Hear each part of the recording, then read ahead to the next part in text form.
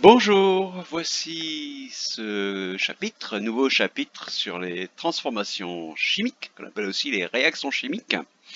Et voici ce qu'il faudra que tu sois capable de faire à à la fin du travail. Tu pourras cocher lorsque tu penses savoir, hein. Donc la première chose, ça sera être capable de représenter les molécules à partir des atomes avec des dessins et des formules. Bon, modéliser, représenter, ça veut dire la même chose, hein. C'est-à-dire représenter d'une manière qui n'est pas la réalité, mais qui permet de comprendre. Ensuite, il faudra que tu arrives à expliquer une formule chimique en disant quels sont les atomes qui sont à l'intérieur, juste en regardant la formule. Il faudra que tu sois capable de dire ce que c'est qu'un atome, une molécule, un ion.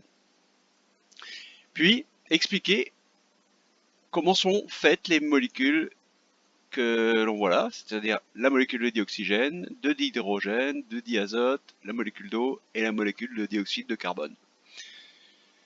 Lorsque on a des éléments chimiques, eh bien, il faut être capable d'associer les symboles aux éléments. Et ça se fait à partir de la classification périodique des éléments qu'on va étudier. Il faudra aussi être capable de bien comprendre la différence et de savoir l'expliquer entre une transformation chimique, une transformation physique, un mélange.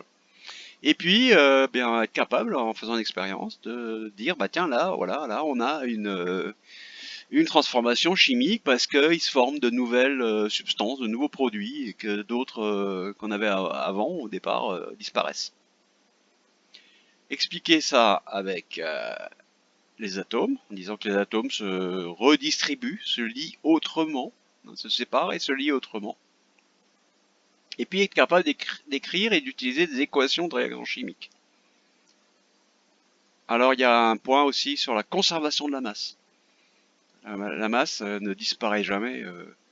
Il y a des transformations et donc il faut être capable d'expliquer, d'utiliser la conservation de la masse. Et enfin, être capable de connaître, de proposer, de réaliser des tests à partir des tests pour savoir quelle est l'espèce chimique qu'on a. Par exemple,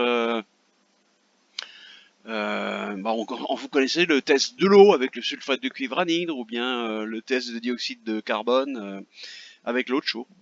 Voilà, donc on verra d'autres tests de ce genre-là. Et puis si on vous donne un tableau avec les différents tests, il faut être capable de dire comment faire.